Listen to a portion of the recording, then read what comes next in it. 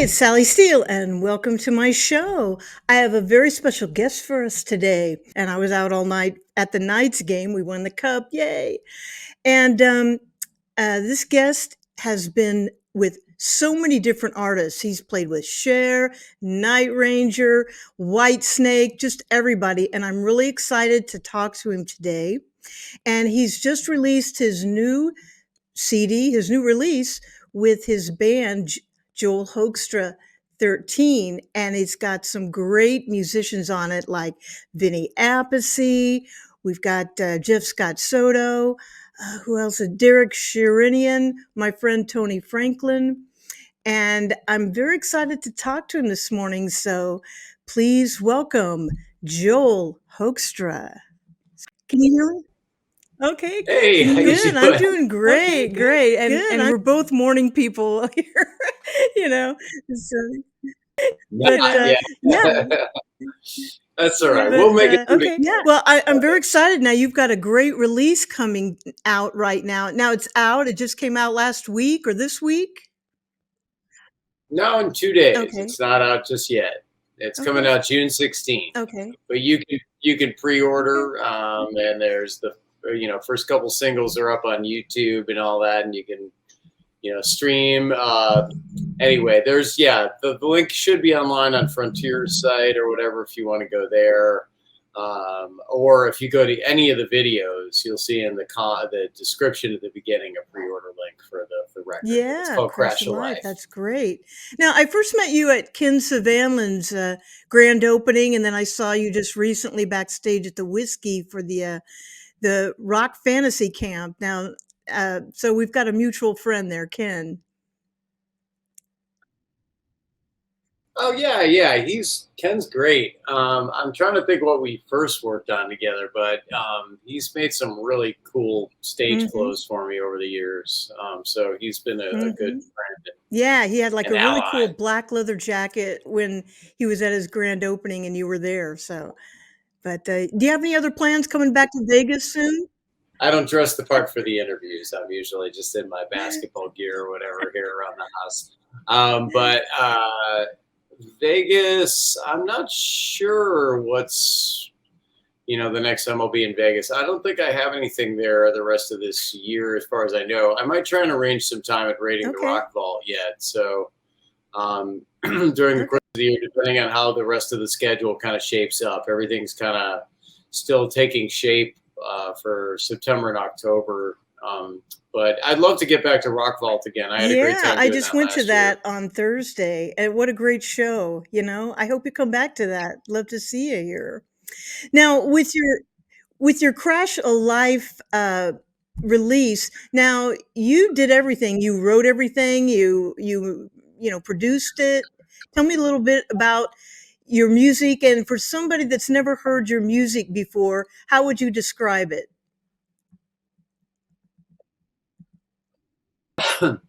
I mean, very short description as classic rock, but it obviously sounds like Mhm. 2023 kind of repurposed for nowadays. It definitely music that's influenced by what made me want to Mhm. start playing guitar the early days. Mhm. So I'd say some of it gets really heavy. Like if you listen to the single "Far Too Deep" on YouTube, that's up right now. That's kind of on the heavier Okay. side of things. And then the second is a ballad that's up, Torn into Lies, and I'd say it's anything kind of between those two. That kind of falls on maybe the lighter side, a kind of a ballad that veers off into a jam kind of thing. But I've always said Dio-ish at its heaviest and Foreigner-ish at its lightest. It kind of falls roughly within that at all times. This project. Now, how did you start out as a musician? Who were your influences? Did you start playing at an early age? Yeah, I mean, my parents are classical musicians, so they had me going really early on cello and piano, and I wasn't too into it. I just kind of wanted to play sports really when I was a little boy. I was a really good pitcher. That was what I did like all day, every day. So I kind of had visions of being like a major league pitcher, and then once that kind of crashed and burned, it was like right at the same time that I had found guitar, and so it just kind of transitioned over to that. I asked for a guitar, and basically that was from seeing AC/DC and Back in Black had come out, and that was really what like kind of planted the seeds, you know. And that I went, my parents had asked, and I think they were probably picturing or hoping that I meant Segovia, that I was going to be doing classical guitar. And then when they heard the home stereo, I plugged my guitar into the home stereo in the early days. When they heard that on 10 and I was playing Paranoid, I think they went, "Uh-oh, what have we done here?" So, We've created a monster. What was yes, your first exactly. big break in the music business? Now, you played with everybody. So, what was your first big break? Yeah, that's really hard to define for me.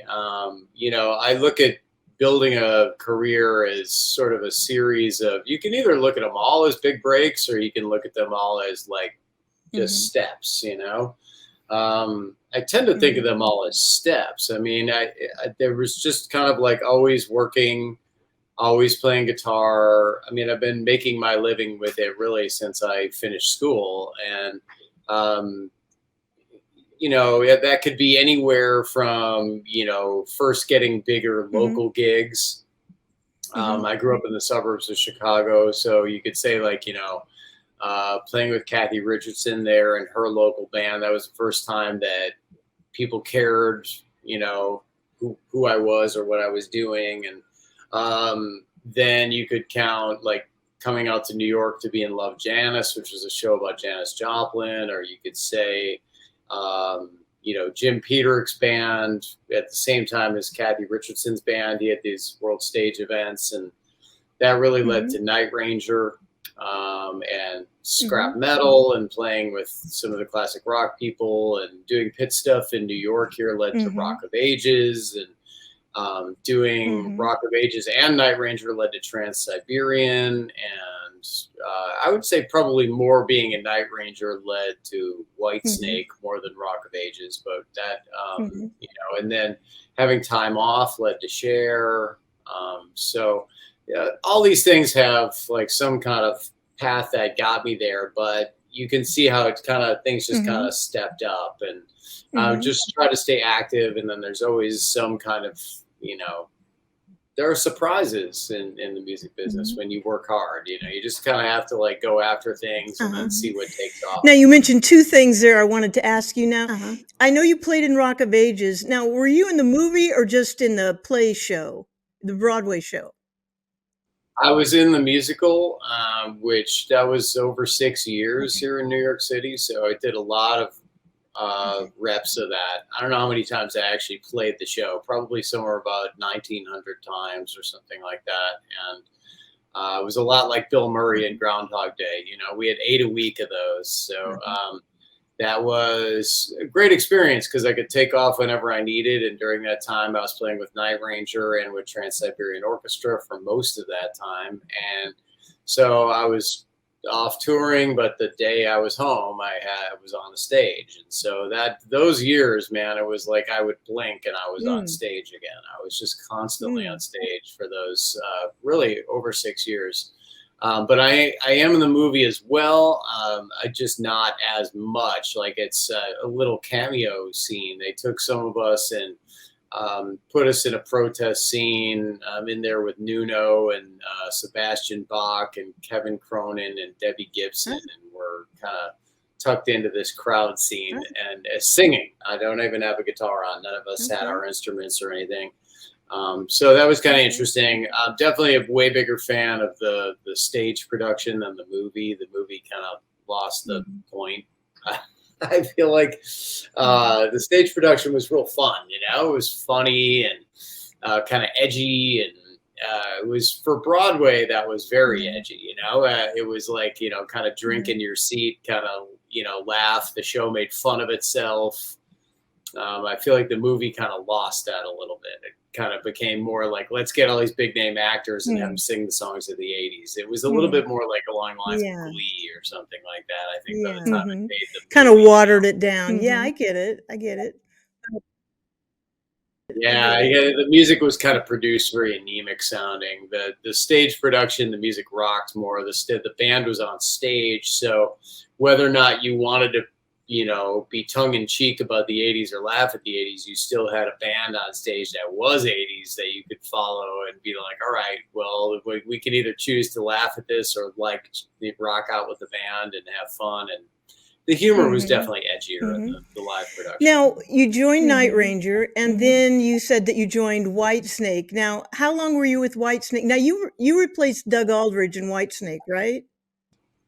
Yeah, I mean, Doug left, and I got an audition mainly through my friend Phil Carson, who Oh, manages Foreigner and Dee Snider. So oh. I had gotten a no Phil. Dee was actually in Rock of Ages for a while, playing Mhm. one of the roles. So Phil was Mhm. around, and I met him. And then, as luck would have it, Night Ranger went on tour with Foreigner and Journey. And during that time, Mick Jones was under the weather, and they needed somebody to fill in with very little notice. And so I did that for Foreigner or with Foreigner, and obviously honored to do it. But I think from that experience, Phil seeing me get their set down in a day and hop in, and he was impressed and recommended me to David, as a potential guy. So that's really what got me my audition with David Coverdale, was Phil Carson Yeah, I know Phil. recommending me.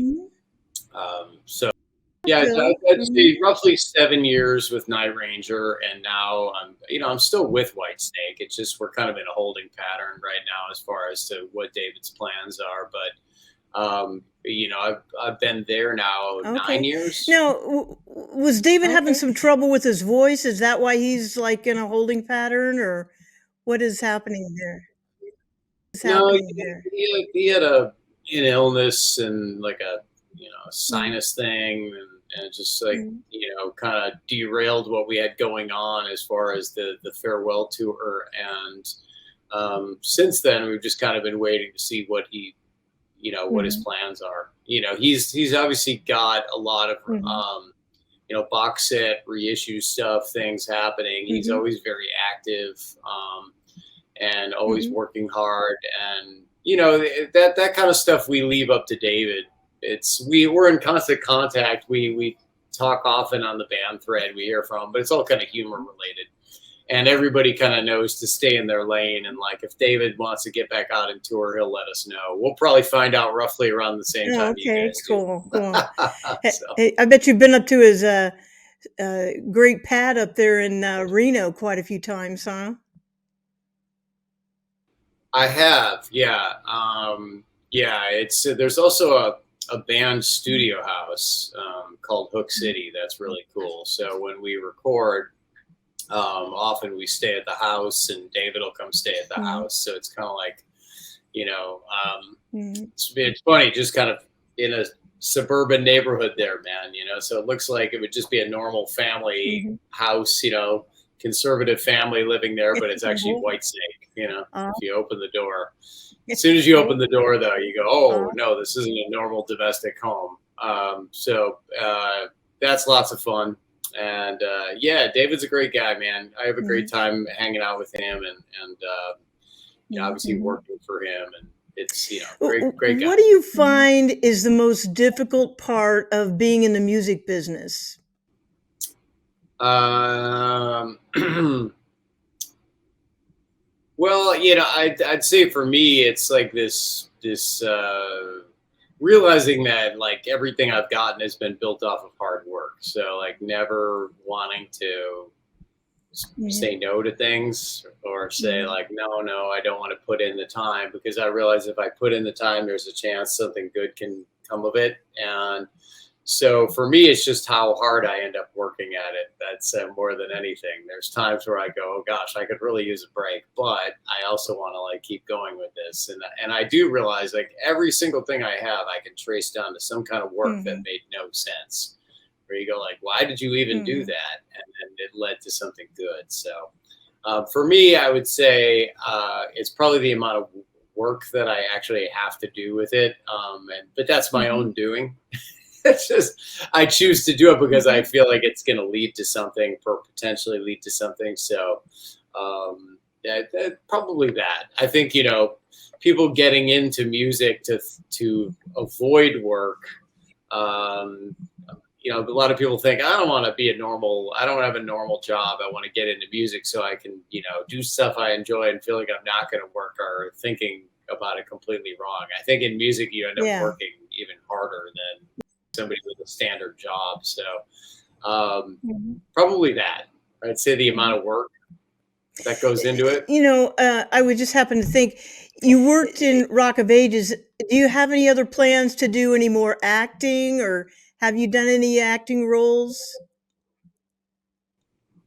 I mean, I didn't really act in that show. I was in the onstage band. I did have a couple of speaking lines, but they were really minimal and hardly could affect the show very much. So I'm not really an actor of any kind, but I mean, I think that's fun. I think it's related in a way to what I do, in that you're on stage performing or performing in front of a camera. So I think that in a way, as musicians, we kind of do learn a little bit about like what that experience is like. I'd be terrified about memorizing lines, though. I'll tell you that much. I don't have a great memory, so like if it came down to memorizing lines for any kind of script or anything like that, that would not be my cup of tea. Well, you've got the look. You never know, so keep your options open. Yeah. You never know. What artists are you set to work with or tour with next? Anybody else on the horizon besides what you've just done? Well, I mean, in addition to Crash of Life coming out, Joel Hoekstra's 13 is the project. Crash of Life is the album that comes out June 16th, so 2 days from now. But I also just released an album with Revolution Singing. It's called Eagle Flight, April 21st. That was with Dean Castronovo from Journey, of course, lead vocals and drums on that record, and Jeff Pilson on bass. So I've already recorded the follow-up for that this year. I have another project going called Iconic. That's with my Whitesnake bandmate, Tommy Aldridge, Marco Mendoza, Michael Sweet from Stryper, and Nathan James. And for that, we've released one album, and the second one is in the works. So that's being worked on as well. So I'd like to say this year is this really bizarre year where I've got the recording stuff and then I've got the live stuff, and they're not really related. So those things are fantastic for the recording, but there's really no touring plans for any of that at the moment. We're trying, but I also am doing a lot of live shows with my friend Brandon Gibbs. We're doing acoustic shows, a lot of US stuff, but we did just do a 2-week run in the UK, and we're trying to organize Europe for later in the year. Some talk about doing Japan. I still gig around with what's called Broadway's Rock of Ages Band, which is not the show, but it's the band going out and playing the full-length versions of the songs, and that's just great fun. I've got a couple, I guess, I don't know what you call it, like all-star gigs coming up. There's going to be one coming up in Romania where I'm playing with, Tim Ripper Owens and Jeff Scott Soto, from Bon Jovi, and Simon Wright. There's all kinds of name players on that. So we're gonna go play a set in Romania, and I have a gig in Geneva, Switzerland, where I'll be playing with kind of very Whitesnake centric. It's going to be Tommy Aldridge, and Dino Jalusic is going to sing. Michaela Lupi from the band is playing keys, and Marco Mendoza is going to play bass. It's more set based on Marco's career, and we're going to be kind of the Whitesnake portion of that. So that's happening this year. Of course, there's Trans-Siberian Orchestra come November, December, so people can catch me with that. And that's the big, yeah. Well, you're busy. Yeah. I got a few personal questions. Time for the personal thing. Now, you've been married for 21, 22 years, something like that? You got to think. Okay, got 20 years. But not quite. Well, not quite. No. Well, I've seen pictures of your wife. She is beautiful, and I have to ask: was it love at first sight? Gosh, I don't know. I don't Well, know. how did you guys meet? Possibly. When I moved to New York, she was the stage manager on Okay. Love Janis. Okay. So the show, which Okay. was a stage production Okay. about Janis Joplin. So I was in the band, and she was the stage Okay. manager for the show. Well, so congratulations on Okay. being married for so many years. I'm proud of you. um, what would you like your Thanks. fans to know most about you that they may not know? Oh gosh. I think they know most things about me. I mean, my life is pretty simple. I work on music an awful lot. So in addition to all those things we were talking about, I teach virtually too. That's maybe something that maybe Oh, everybody okay. doesn't know. So I have about Oh, 25 okay. students a week that I teach virtually. So you can take guitar lessons with me virtually. If you want to do that, you could go to my website, joelhoekstra.com, and hit contact. Oh, And that's that's my cool. email. And Oh, so that's there's cool. that. Counseling for Rock and Roll Fantasy Camp. I forgot to throw that in there too. I'm doing some more of that yet this year. That's something else I've been doing quite a bit more of. So we got that. I would say, beyond working on music, I'm a pretty simple guy. Just kind of like, I tend to like rewatch movies or rewatch TV shows and kind of simultaneously do some work on my phone, kind of do the social media thing. But that's my downtime, that or playing basketball. I think some people that have been following me on social media long enough know that I do some of that. I'll actually go play basketball and pick up games and things like that. Yeah, I enjoy doing that. Mhm. That's like my meditation. Being able to Mhm. get out on the court and just like shoot, even if it's by myself, shooting baskets is You fun for mentioned TV and movies. What are some of your favorite TV shows or movies that you watch? me.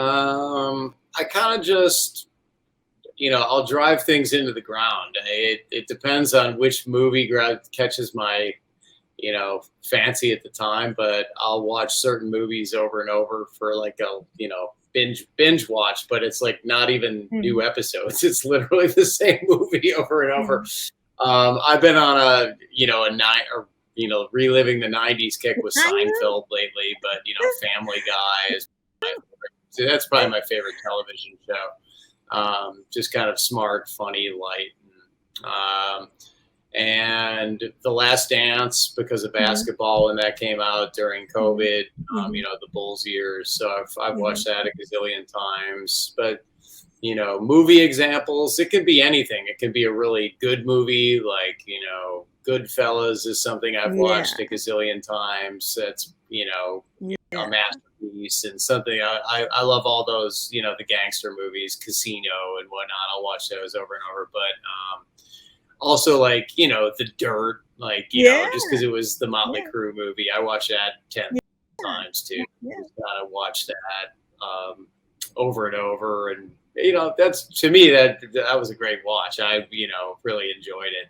It's just part of my I guess our Mhm. history growing up Yeah. following those bands. So Mhm. stuff like that, even if it's not Yeah. some, masterpiece or anything like that, it's still just great fun to watch that movie for me. So, there's a lot of examples. We could That's probably go on great. and I on with love that all one. of those, from Seinfeld to Goodfellas, right on. That's great. Last 2 questions. Um, I always ask these. Well, I've started to ask these at the end of the interview. If there was something in the world that you could change, what would that be?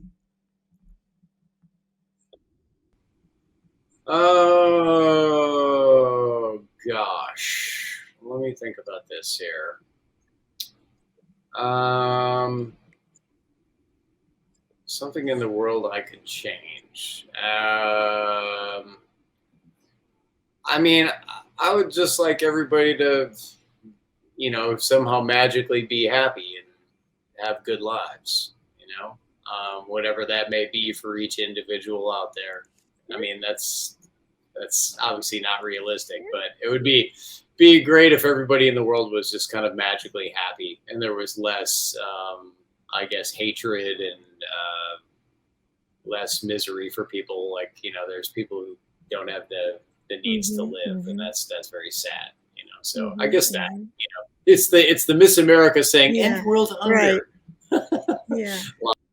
you know that's probably the reality. Is I would like everybody in the world to be Yeah, good. that's interesting you say that. My friend Michelle Griffith told me something interesting, and she said, "Sally, you have to just if something goes bad, just force yourself to be happy. It might be your last day on earth, so just force yourself to be happy. So, just keep the good vibes going." So, yeah, I get it. And in world hunger. No, I'm just kidding. Um, Last question. You might have to think about this one too.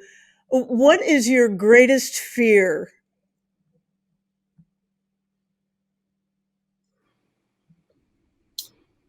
My greatest fear. Yeah, you're right. I do have to think about that.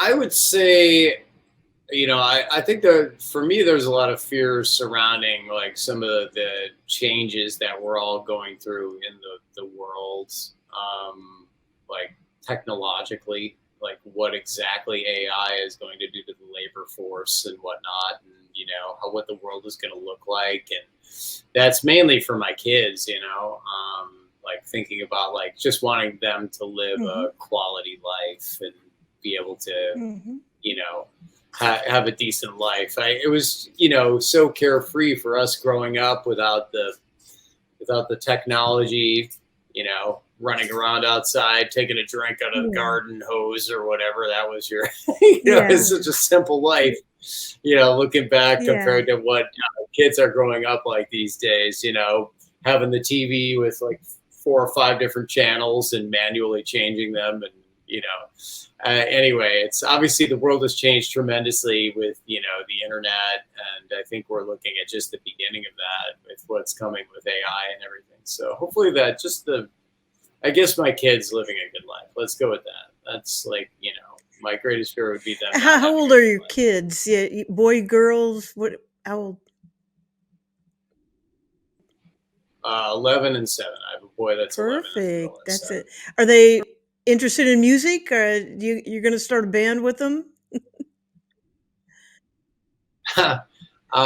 They're doing classical Oh, piano right oh, now. So I'm not oh, really like oh. I'm not really one of those rock parents that's like trying to force my kids into the whole thing. So, but I do want them to learn about music. That's like my main thing. It's just like have piano is a good place for that. You can kind of learn to not kind of you learn to read at each clef, treble and bass clef, understand rhythm, understand melody, get a sense of Mhm, pitch. All of that stuff's important to me. mhm. Just basic stuff. I'm not trying to force them to be like virtuosos or anything like that. I'm not really that type of Just music like your guy. parents started you out on piano. Just wait till they crank up the AC/DC, and then you will be scared, like your parents were. Yeah. Like Oh, your that's parents already were. happened. That's already happened. My son's been through several rock phases and even a Mhm. rap phase or two, but we'll see where Mhm. that all settles. Awesome. Well, we're so proud of you, and you're out there keeping rock and roll alive. And I'll be seeing you in Vegas. Come back to Rock Vault. I'm around, so we'll be seeing you soon, hopefully. And I want everybody to look out for Crash of Life. That's the name of it, right? Yeah. And I wish you luck in your career. You're a great guy, and you're very talented. And thanks for talking with us today. Awesome. Well, thank you so much. All Yeah, I right. appreciate Thank it. you. Right back at you. Hopefully, we'll see you soon, Joel. Thank you. Sounds Okay. good. Yeah, likewise.